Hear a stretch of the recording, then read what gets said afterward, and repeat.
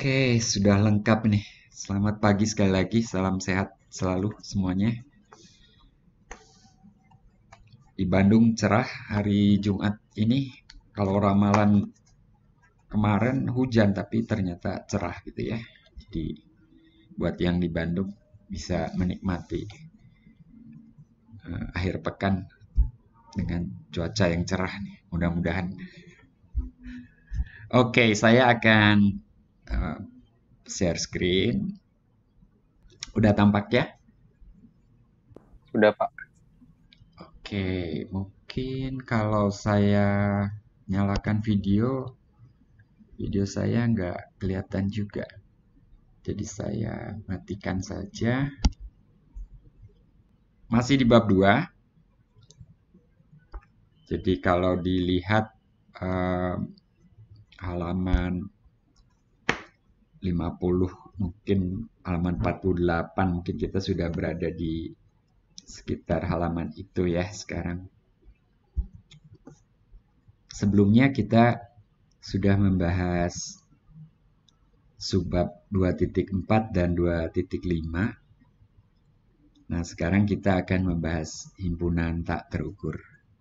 Jadi, udah hampir selesai bab 2 ini. Mestinya sih minggu ini selesai dibahas, tapi kan saya hutang 1 jam ya, jadi saya masih ingat hutangnya itu.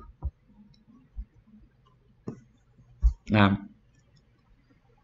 dari sifat ukuran luar, kita sudah tahu kalau himpunan E mempunyai ukuran luar 0, maka E tersebut terukur. Dan sebagai akibatnya, setiap himpunan bagian dari E tersebut juga terukur dengan ukuran 0 begitu ya. Namun kita akan membuktikan sekarang ini jika E mempunyai ukuran luar positif, maka terdapat himpunan bagian dari E yang tak terukur. Jadi berbeda dengan yang ukuran luarnya 0 ya. Kalau ukuran luarnya 0, semua himpunan bagian dari himpunan itu terukur juga gitu ya. Kalau ukuran luarnya positif, terlepas dari dia terukur atau tidak, maka nanti terdapat himpunan bagian dari E yang tak terukur. Nah, untuk membuktikan eksistensi himpunan tak terukur, kita punya lemma ini nih. Misal E terbatas dan terukur. Jadi terbatas, terukur nih kata-kata yang mirip ya. Tapi masing-masing punya makna tersendiri. Andi jangan tertukar Andi. Iya, Pak. Nanti ada terhingga, terhitung ya. Ini mirip-mirip ya. Masing-masing artinya berbeda ya. Dari satu dari yang lainnya. Nah, himpunan terbatas artinya himpunan itu termuat dalam suatu selang terbatas, katakanlah min M sampai dengan M gitu ya. Terukur ya yang sedang kita bahas ini. Kemudian nanti ada terhingga, ada terhitung, itu kardinalitas ya. Nah, kemudian misalkan terdapat himpunan tak terhingga, nah ini tak terhingga, kardinalitas, lambda besar, yang entah apa gitu ya. Tapi terhitung dan terbatas juga. Jadi tak terhingga tapi terhitung dan terbatas. Sedemikian sehingga koleksi translasinya, maaf saya ralat nyanya itu merujuk ke E. Jadi lebih baik saya ucapkan koleksi translasi dari E dengan indeks lambda gitu ya. Jadi ini saling lepas, disjoin gitu ya. Maka kesimpulannya mestilah si E tadi berukuran 0. Oke, jelas pesan lemma ini ya. Nah, untuk kuliah ini saya sudah menyiapkan baris per baris lengkap saya ketik supaya tidak habis waktu gitu ya. Ini 1 jam kuliahnya singkat. Nah, buktinya begini. translasi dari himpunan terukur juga terukur. Itu sudah kita buktikan. Itu sifat warisan dari ukuran luar ya. Jadi dengan sifat aditif terhitung dari ukuran, kita peroleh ini ya. Sifat aditif M dari gabungan himpunan yang saling lepas sama dengan sigma M himpunan yang saling lepas itu. M-nya ukuran ya. Oke. Nah, E dan lambda terbatas. Kalau begitu, gabungannya juga terbatas ya. Jadi, bayangkan E ada di sini, lalu digeser-geser dengan faktor yang terbatas ya. Paling banter ke kiri, ke kanan, sekian, ke kanan, sekian gitu ya. Ya terbatas juga gitu ya. Oke ya, ilustrasinya. Dan gabungan ya mungkin overlap, mungkin saling tumpang tindih, tapi ya nggak akan jauh, nggak akan kabur ke sebelah kanan atau ke sebelah kiri terlalu jauh gitu ya. Numpuk-numpuk aja di situ gitu kan. Nah, kalau terbatas, ukurannya pasti terhingga. Di sini E-nya terukur, lambda tambah E juga terukur gitu ya. Jadi gabungan dari himpunan terukur ini terukur dan ukurannya mestilah terhingga. Sampai situ oke? Oke, Pak. Nah, ukuran lambda plus E sama dengan ukuran E yang kalimat pertama tadi gitu ya. Dan ini berlaku untuk setiap lambda. Jadi kebayang yang di kanan itu sama dengan sigma ME ya. Jadi kalau saya tuliskan di ruas kanan ini jadinya sama dengan sigma ME. Ada berapa? Banyak. Ada sebanyak anggota himpunan lambda. Dan himpunan lambda ini tak terhingga. Ya. Nggak mungkin. Kecuali ukuran E itu 0. Ya.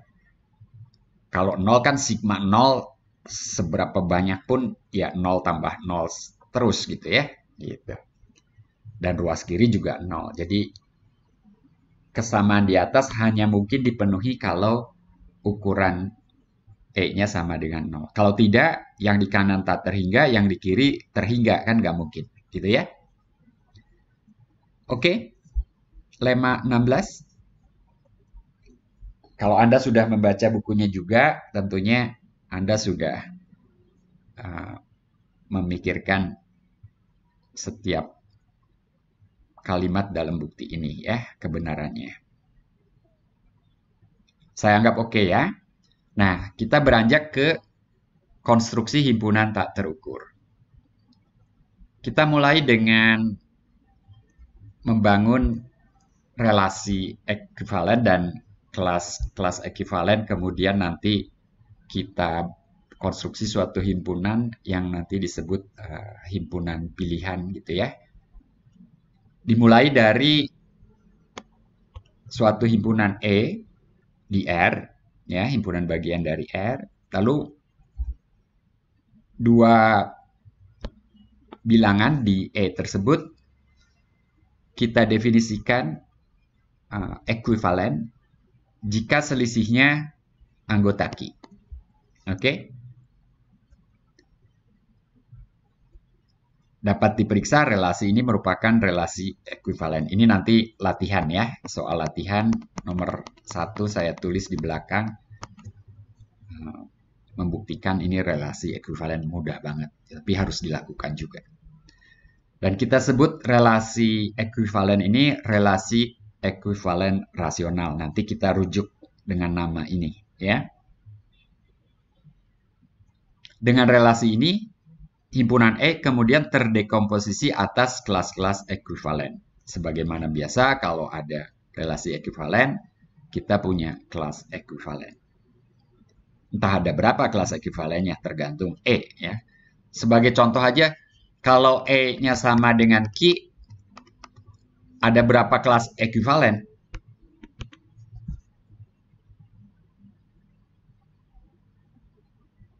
Satu. Ya satu, gitu ya. Satu kelas ekuivalen. Jadi terdapat satu kelas ekuivalen, yaitu Q itu sendiri, gitu ya. Dia sendiri, gitu ya.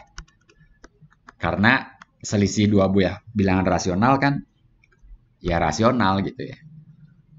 Nah, ini satu aja. Gitu ya. Nah, selanjutnya kita bentuk himpunan pilihan CE dengan cara memilih tepat sebuah bilangan dari tiap kelas ekuivalen. Jadi dari satu kelas ekuivalen kita pilih satu saja. Oke? Dan ini dijamin dapat dilakukan oleh aksioma pilihan, axiom of choice. Kebayang ya, kalau E-nya 9Q ya CE-nya cuma sebuah bilangan aja, himpunan singleton.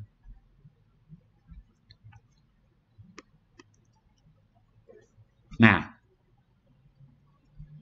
selisih dua buah bilangan di CE mestilah irasional. Ya. Karena kalau rasional berarti kita berarti dua bilangan itu sebetulnya satu kelas, gitu ya. Kalau satu kelas berarti kita udah mengambil dua bilangan dari satu kelas, melanggar konstruksi CE itu tadi, gitu ya. Jadi selisih dua bilangan di CE mestilah irasional. Yang kedua, untuk setiap X anggota E terdapat C anggota CE sedemikian sehingga X itu sama dengan C tambah Q dengan Q rasional. Jadi kalau X-nya anggota E,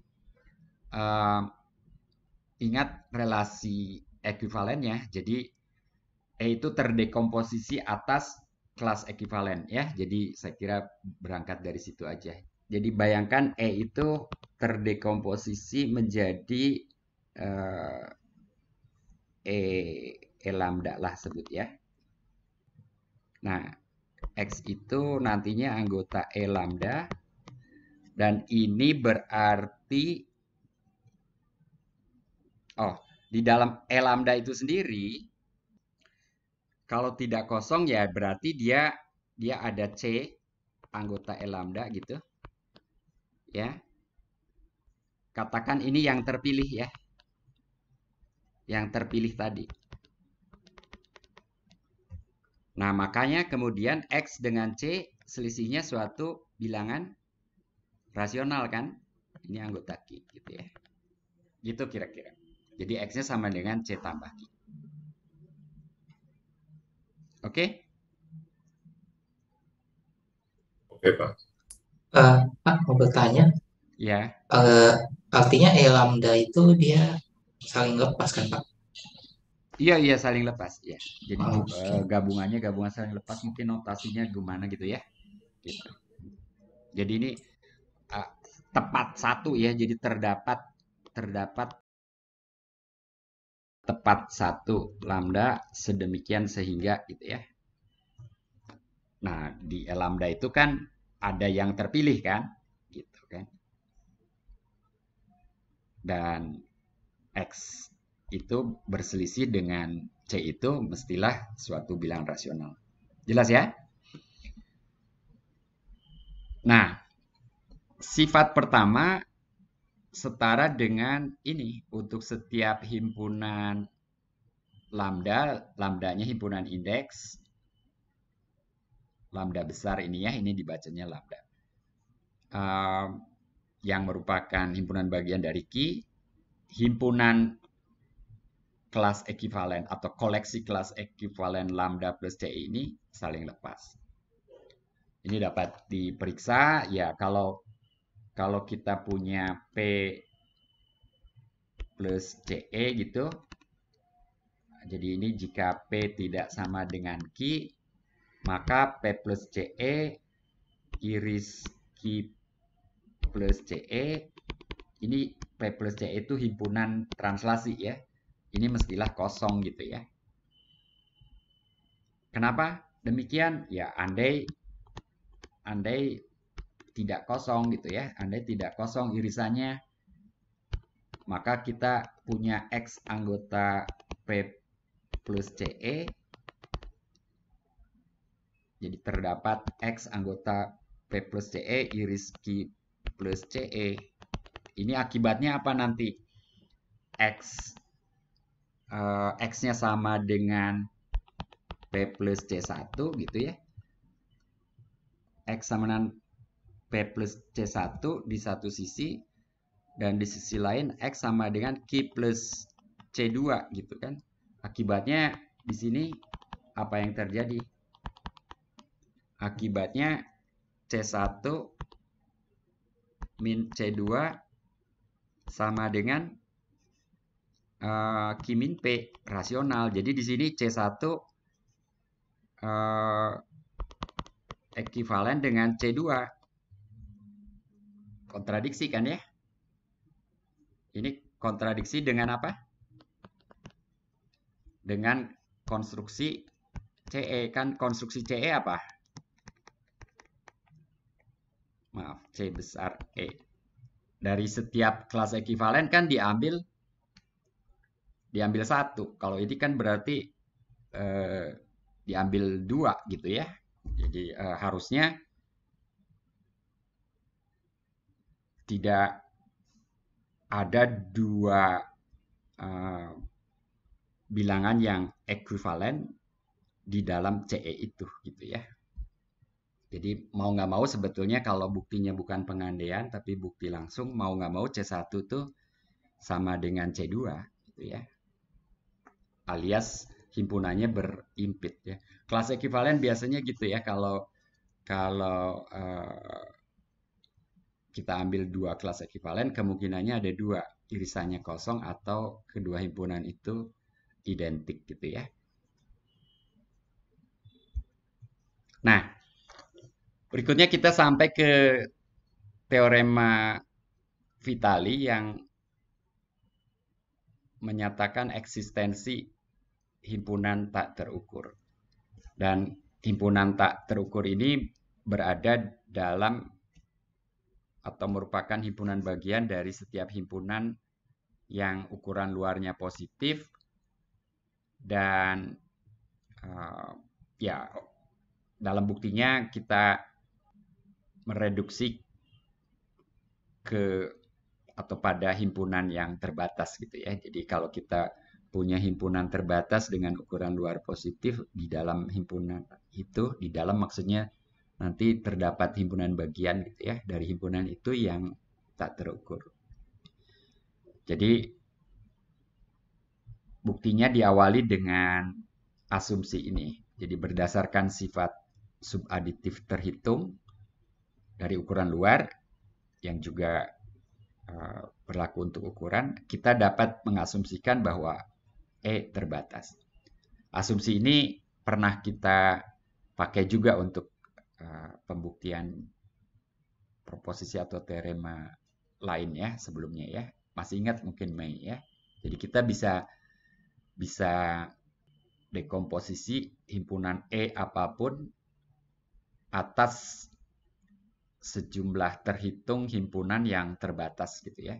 Dan kalau ukuran luar E ini positif, maka salah satu himpunan dalam dekomposisinya itu mesti berukuran luar positif juga, betul nggak?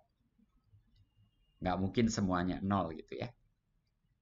Dekomposisinya masih ingat kan? Kebayang kan gambar garis bilangan real, garis bilangan real atau himpunan R itu bisa kita dekomposisi atas interval-interval yang panjangnya 1 gitu ya. Nah, E beririsan dengan interval-interval itu tidak mungkin semuanya mempunyai ukuran luar 0 kalau si E-nya sendiri mempunyai ukuran luar positif. Karena sifat subaditif terhitung ya, kalau semuanya berukuran luar 0 ya E-nya sendiri nanti berukuran luar 0. Jadi salah satu paling tidak itu berukuran luar positif juga. Dan irisannya ini sekarang terbatas. Jadi kita asumsikan E terbatas. Nah, di dalam E itu nanti kita akan temukan himpunan bagian yang tak terukur. seperti tadi, kita konstruksi CE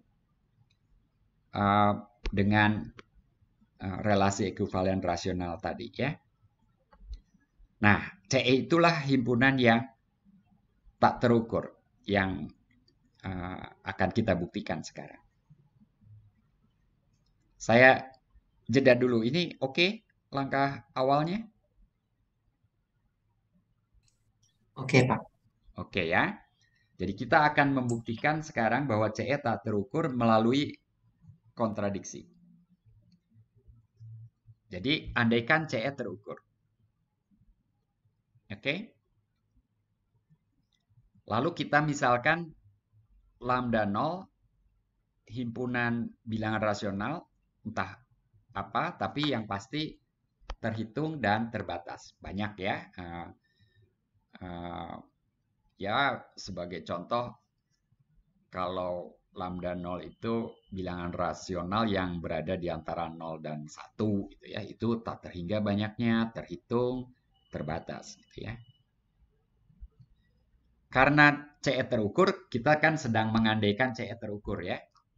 Karena CE terukur, menurut sifat pertama tadi, koleksi lambda plus CE untuk lambda di lambda 0 ini saling lepas. Akibatnya, menurut lemma 16, ukuran CE mestilah 0. Dan kita punya ini. Oke? Belum ada kontradiksi. Belum, tenang. Ini saya hapus dulu, itu kok kayak nyorek gitu ya. Sampai sini oke deh? Andi? Oke, Pak. Obi oke? Ini Mei udah hadir juga, Mei oke ya? Oke. Oke, Pak. Oke, kita lanjutkan. Untuk mendapatkan kontradiksi, misal E termuat dalam selang ini. Sebagai himpunan terbatas, ada suatu bilangan, B sebutlah, dan E termuat dalam interval tersebut. Loh, tadi Bapak bilang di antara N dan N plus 1, bilangan bulat gitu ya, garis bilangan. Ya, itu ilustrasi ya. Dekomposisinya kan bisa seperti itu, bisa yang lain. Tapi kalaupun dekomposisinya memang seperti yang saya ucapkan secara lisan tadi, toh nggak salah kemudian kalau kita mengasumsikan E termuat dalam suatu selang yang mungkin sangat lebar ya, min B sampai B. Padahal E-nya bilangan positif semua gitu ya. Ya, ini melebar ke kiri. Nggak apa-apa, pokoknya terbatas. Lalu kita pilih lambda 0-nya itu ini. 2 kali lebih lebar. Oke? Jadi si lambda 0 juga terbatas, terhitung, dan tak terhingga. Tak terhingganya sejak awal memang dimisalkan demikian gitu ya.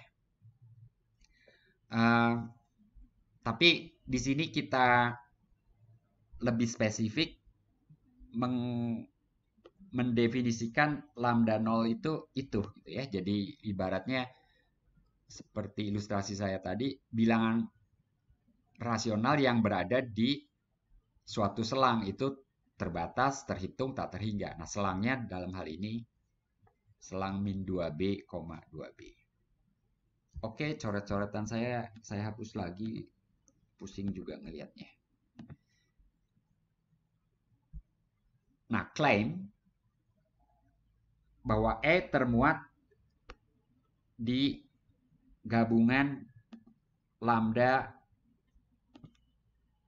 yang berada di lambda 0 dari himpunan translasi lambda plus CE.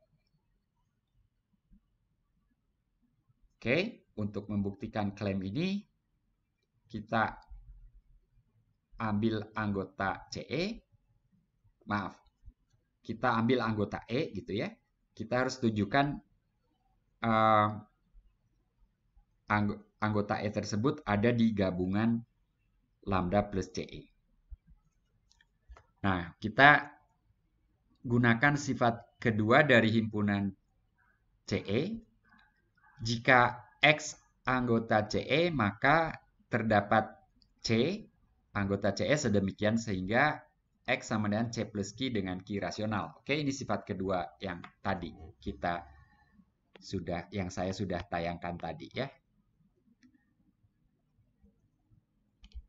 Namun kita tahu X dan C ada di interval min B, B sehingga Q mestilah berada di antara min 2B dan 2B. Betul ya? X dan C ada di selang itu, selisihnya ya paling banter 2B, paling jauh ke kanan 2B, paling jauh ke kiri min 2B gitu ya. Jadi klaim bahwa E adalah himpunan bagian dari itu terbukti. Nah, ini sesuatu yang mustahil mengingat lambda plus CE saling lepas, gabungannya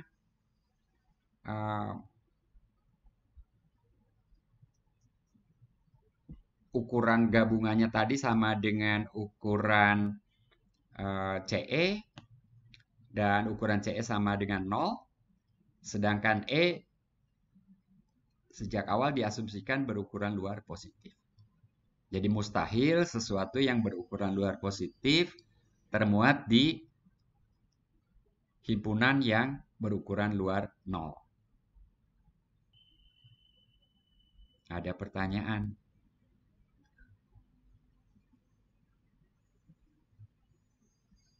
Hening, apa artinya? Lagi memahami, Pak.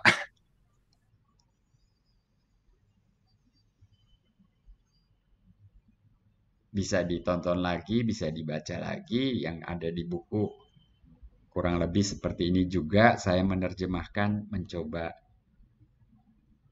lebih jelas langkah demi langkah. Sifat kedua saya perlihatkan kembali, saya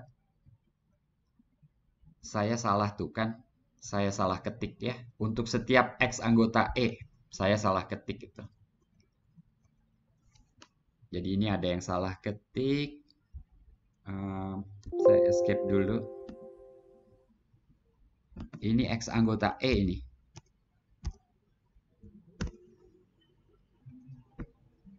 Nanti diedit gampang. Jadi barusan ada salah ketik, saya sudah betulkan. Ini X anggota E ya. Tadi saya menulis X anggota CE. Kita telah membuktikan ini. Gitu. Nah, kemudian terlihat kontradiksi karena harusnya kan ukuran E lebih kecil dari ukuran gabungan gitu ya, karena subset ya, karena himpunan bagian.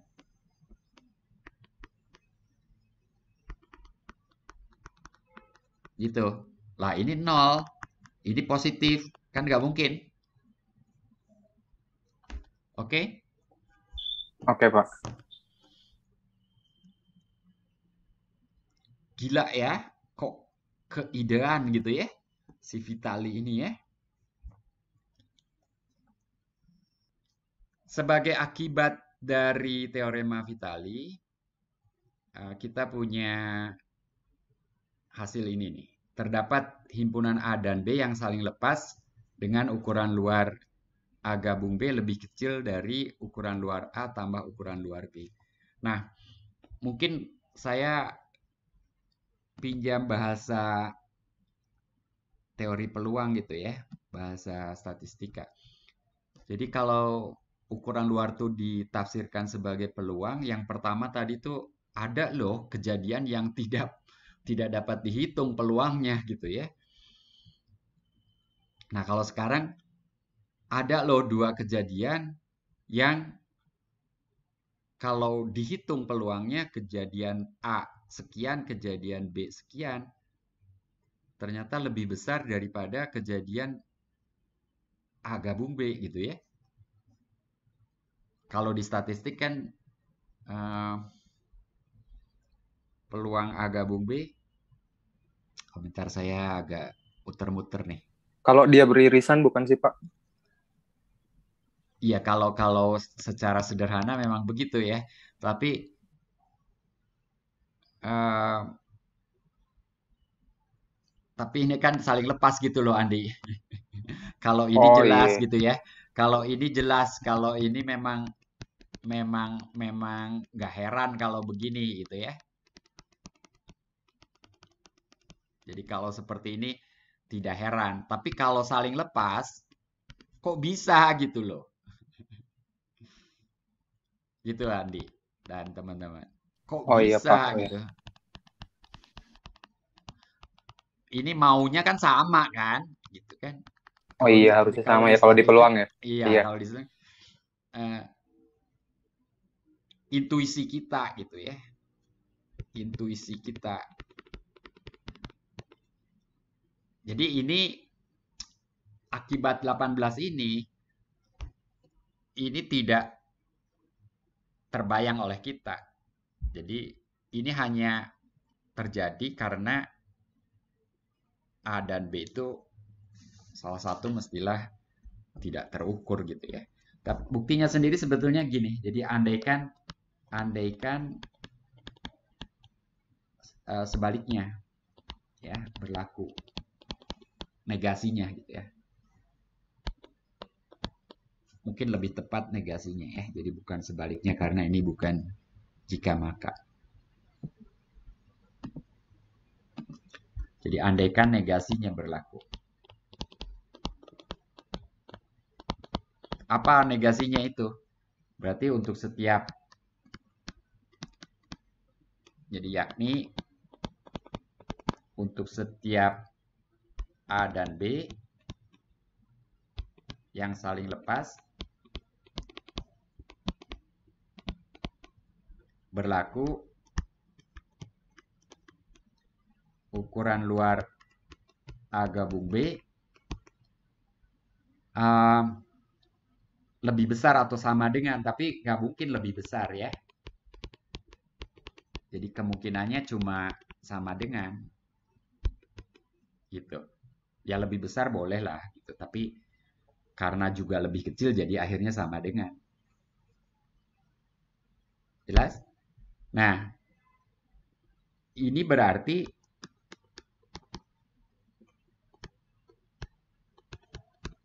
ini setiap ya. Ini berarti setiap himpunan terukur. Kenapa demikian? Ingat ingat definisi terukur.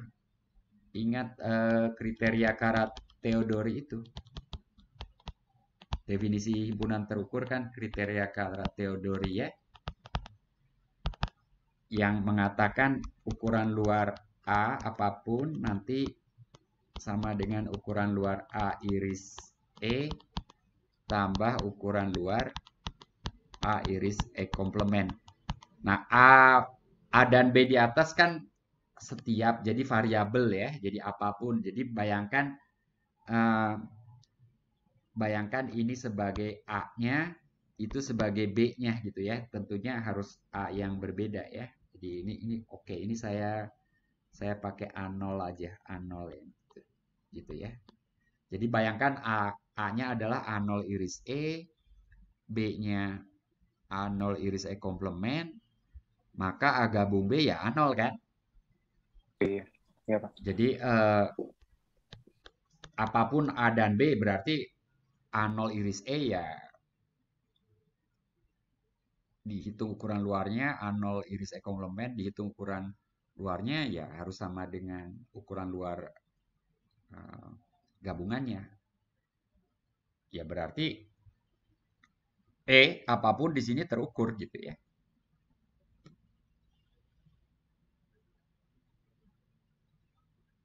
Jadi terukur jika dan hanya jika ini gitu ya. Untuk setiap A0 gitu ya. Jadi akan terukur kalau yang di atas ini berlaku untuk A dan B apapun gitu ya. Oke, jadi dengan itu kita karena ini tidak karena ada himpunan yang tak terukur, maka terjadi kontradiksi gitu ya. Jadi akibat ini sebetulnya buktinya singkat aja, hanya saya menjelaskannya dengan agak panjang lebar.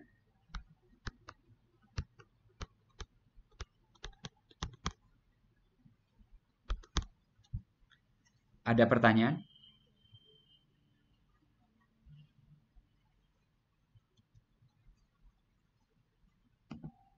Jadi kalau saya lengkapi ilustrasi dengan diagram Venn itu, jadi yang di SMA, di statistika itu situasi ideal ya. Jadi kalau di sini ternyata tidak selalu demikian gitu ya.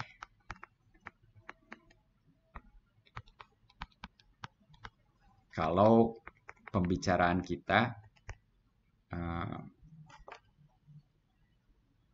pada himpunan sembarang, bahkan sebetulnya kita sudah atau sedang berbicara ya pada himpunan sembarang ya, himpunan bagian dari real sembarang.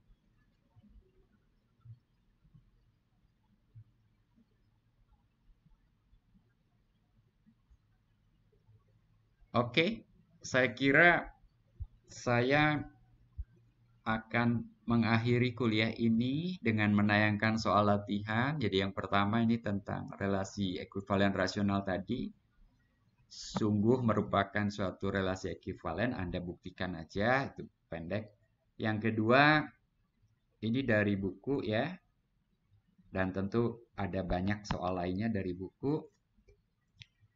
Yang kedua ini belum selesai soalnya, saya tayangkan gitu ya. Jadi satu lagi gitu ya.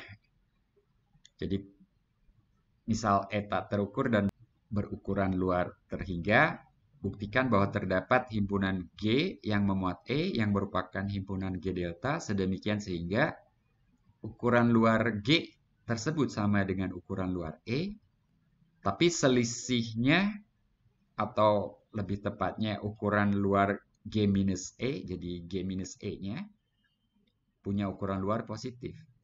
Jadi lebih longgar atau lebih besar daripada E. Betul kalau jadi kayak kontradiksi ya. Di satu sisi kayak lebih besar, tapi di sisi lain ukuran luarnya sama gitu ya, Andi ya. Seperti tadi juga. Oh iya, Pak. Intuisinya tuh kayak jadi dikoyak-koyak gitu ya. Intuisi kita jadi kayak berantakan gitu ya. Ini G ini aneh nih. Ukuran luarnya sama dengan ukuran luar E, tapi G minus E sendiri punya ukuran luar positif gitu ya. Jadi kayak baju pas, tapi masih bisa diselipin sesuatu gitu, Andi.